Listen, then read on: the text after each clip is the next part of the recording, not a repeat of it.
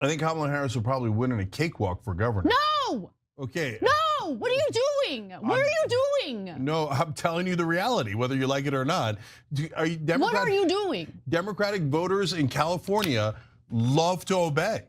And so, oh my God, oh my God, oh my God. I'm gonna move, Cenk. I'm gonna quit my job. I'm gonna quit my job. And as you just saw, Ana Kasparian quite literally explodes and threatens to quit and leave the Young Turks live on air after Cenk Uygur, by the way, comment Cenk Uygur, his expiration date down in the comments for the algorithm. It's fun. We like to make fun of him there. And this is our community of making fun of Cenk Uygur.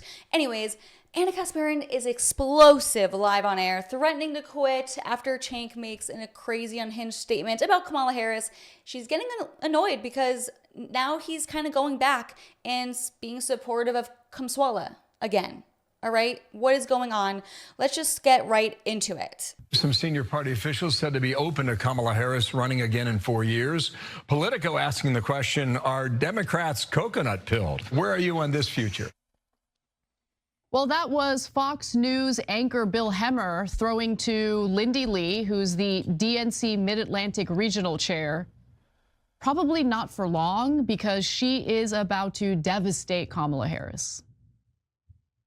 This is not what America wants. November 5th was a decisive defeat for the Democratic Party. She lost every single swing state. It wasn't a squeaker like it was in 2016. This was a resounding defeat. And right now, Kamala Harris is indulging in delusions of running for governor of California, possibly in 2026, or even president again in 2028. America has said this is not what we don't want to be coconut pilled. We do not want Kamala Harris. We don't want failed border policies. And I feel like I'm liberated and I can finally tell the truth that the Democrats completely failed on the border. Title 42 was a tremendous mistake, and no one is willing to say that.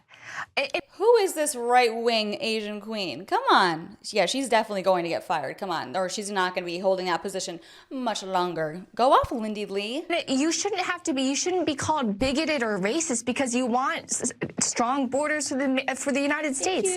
And you should be able to say that the economy was ailing under the Biden-Harris administration, that price hikes did indeed happen, but they denied that for the first 3 years of the administration. And when they finally did something, it was too late.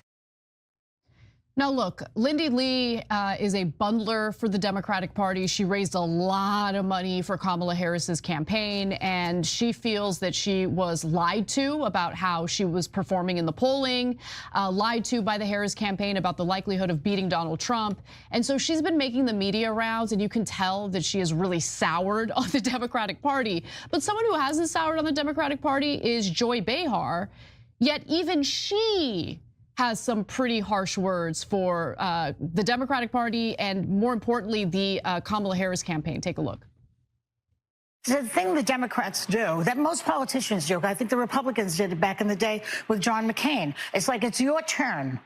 Kamala's in position, it's her turn. Yeah. Joe Biden, he did not retire early enough so that there could be an open, what do they call it? Primary, exactly, thank you. That's a simple word, and yet there would have been an open primary. Yeah. We would have seen what was out there a little bit more. It's just as bad as what they're doing with Trump, which is this loyalty oath that everybody has to take and bow down and kiss his ring. It's not about who's the best person. It's about who do you feel is in the next in line to do the job with the Democrats and with the Republicans. Obviously implying, and this would be a correct statement, that Kamala Harris was not the best person for the job or the best candidate to run against Trump. And look, finally, even Jill Biden is taking some shots at Kamala Harris. If you don't believe me, take a look at this. So I hope that you all feel that sense of, you know, peace and light, and that just for a moment when you leave here today that you feel, I don't know, a sense of joy. Because I think we all need like this, you know, we all need to feel joy now during this time of the season, during this time. So anyway, okay, now I'll start. You're all reading into that. Cringe. Are we?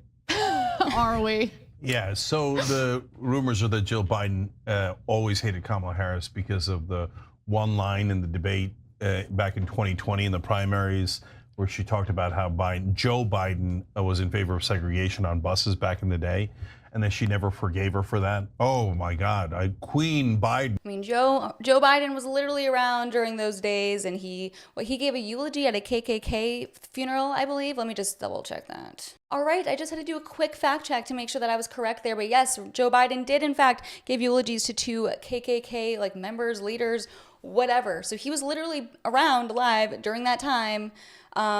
You know, the crime bill. There's a lot of things that people, even on the farther left, don't like Joe Biden for. So I guess it kind of makes sense for him or for Kamala to bring that up in that original primary debate and Joe Biden to hold a grudge. Maybe Joe Biden really is the real racist. He does make some interesting racist comments and jokes, but hey, I'm not trying to censor him. I think it's funny. I'm just saying, hypocritical and whatnot. But yeah, now you'll see Chunky Yogurt talk about Joe Biden and Kamala in a positive way, and this is what leads Ana Kasparian to explode. And hurt your own party in 1,000 different ways just because you're bitter. Anyway, so now, speaking of bitter though, I'm a little bit bitter about The View. Because when we said Biden was too old, they were like, how dare you, right? When we said there should be an open primary, they said, how dare you? When we said, hey, the Democrats are asking for loyalty oaths and we're not supposed to be the authoritarian party, we're supposed to be more open. They're like, how dare you? Now all of a sudden The View is like, oh my God, you know what?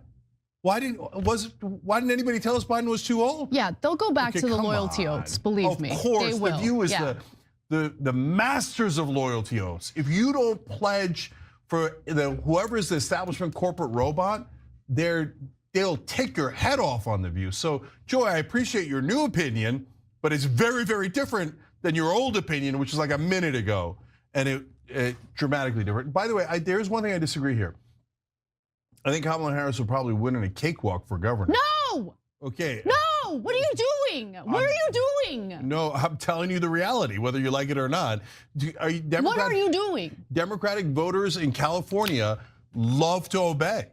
And so oh my God, oh my God, oh my God. I'm gonna move, Cenk. I'm gonna quit my job. I'm gonna quit my job. I'm not saying I'm in favor of it. I'm telling you what's like if the Democratic Party said, we anoint Kamala Harris, a giant percentage of Democrats in California would go, yes, we obey. We will take the loyalty oath. This is honestly crazy. Like, I don't know if Ana Kasparian is, I kind of talk about like destiny and like, you know, woke cucks on the left having their period, but maybe she is because she seems outraged. And I'm just curious, like comment below, how much longer do you think she'll actually last at this network? Because the tension's been building and it just continues to build. Not survive another incompetent Democrat leading it. Leading it. Democrat like Kamala. No, we just can't. Okay, like anyway, so like people are egging her on.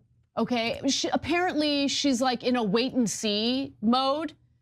How about you wait and see like your way out of public life and go do what you're supposed to do. Go work. Go off, Queen. Yes. In the private sector. Go do the lobbying thing. Whatever it is, but do not run as governor of California. Yeah, go do the thing that you do best, Kamala. Do your throat thing. You know the thing. Yeah. Do not. So look, here's the thing that they still won't say that is definitely true, which is that she was a disaster. She was a terrible candidate, but it's still to this day with all their little, oh golly gee, I wish somebody would have told us, right?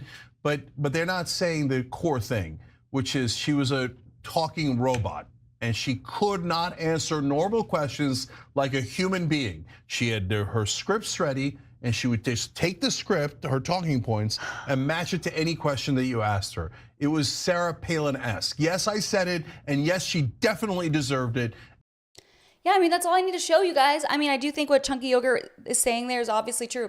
Kamala was a scripted ass bitch, obviously. Yeah, if you made it to the end of the video, make sure you comment an orange heart for the algorithm. Or I did see one of the commenters, he was, I assume a guy, and he was like, it's kind of gay if I comment an orange heart, so I'm gonna type out orange heart. If you feel like that, do you and just type it out. Help your girl out. American flag, whatever you guys want. Just honestly, the more comments, the better. Help your girl out, grow. Again, sorry I haven't posted the past few days. I was at Turning Point Amfest, and I actually am going to have a video coming out short, like today or tomorrow, exposing Adam Sosnick, because I met him in person, and he is as awful in person as he is online. So I have an inside scoop there. Bad interaction, but yeah, I'll catch you guys in the next one, and thank you.